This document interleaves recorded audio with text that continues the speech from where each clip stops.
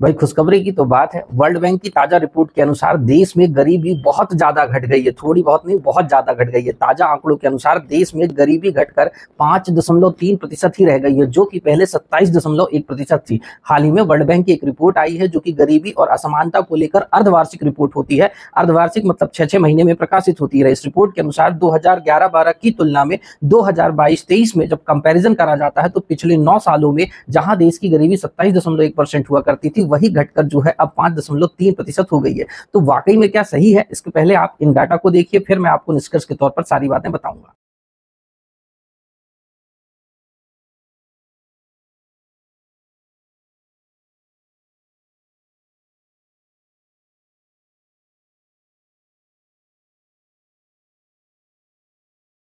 अब यदि किताबी भाषा की बात करें तो गरीबी वह सामाजिक और आर्थिक वंचना है जिसमें कोई व्यक्ति अपनी मूलभूत आवश्यकताओं की पूर्ति नहीं कर पाता है, अर्थात रोटी कपड़ा मकान वह प्राप्त नहीं कर पाता है। वहीं पर वर्ल्ड बैंक ने या विश्व बैंक ने इसे निर्धारित करने के लिए $2.15 निर्धारित करा गया था, अर्थात 170 रुपए लगभग प्रतिदिन की बात हो रही है कि कोई व्यक्ति यदि नहीं कमा पाता तो उसे गरीब समझा जाएगा। पर हाल ही की ये जो रिपोर्ट आई है, ये दर्शाती है कि सरकार के द्वारा संचालित की जा रही विभिन्न योजनाएं, जिसमें हम यदि बात करेंगे तो मनरेगा, पीएम आवास, उसी के साथ साथ आयुष्मान भारत, उसी के साथ जो है फ्री राशन जैसी सुविधाओं के चलते भारत में गरीबी वाकई में कम हुई है। पर क्या वाकई में सच है? तो इसके पीछे कुछ और तथ्य भी हैं जो आपको जानना होगा।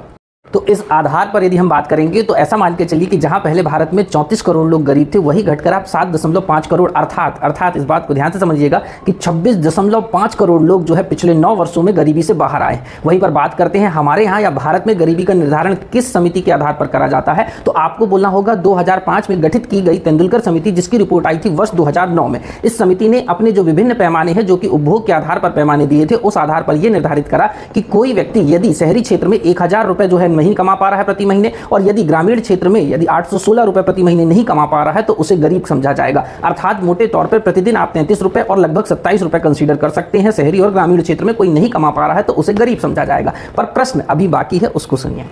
भाई प्रश्न तो ये उठता है कि जब इस देश में आर्थिक असमानता चरम पर पहुंच रही है, उसी के साथ साथ जितने रुपए में लोग जुबां केसरी करके थूक देते हैं, उससे कम रुपए में इस देश में गरीबी का निर्धारण हो रहा है। 2004-5 की रिपोर्ट के बेसिस पे तैयार हो रहा है। उस देश में गरीबी अचानक कम कैसे हो रही है, आपको सोचना होगा। उसी के साथ जब रोजगार का सृजन नहीं हो रहा, लोगों के पास आय नहीं आ रही, तो गरीबी कम कैसे हो रही है? चाहे ग्रामीण क्षेत्र की बात करिए, चाहे शहरी क्षेत्र की बात करिए, प्रश्न बिल्कुल लाजमी है। इसलिए मैं आपसे बोलता हूं कि गरीबी को मैनिपुलेट करके दिखाया जाता है। गरीबी कम नहीं हो रही है, आंकड़े कह रहे हैं।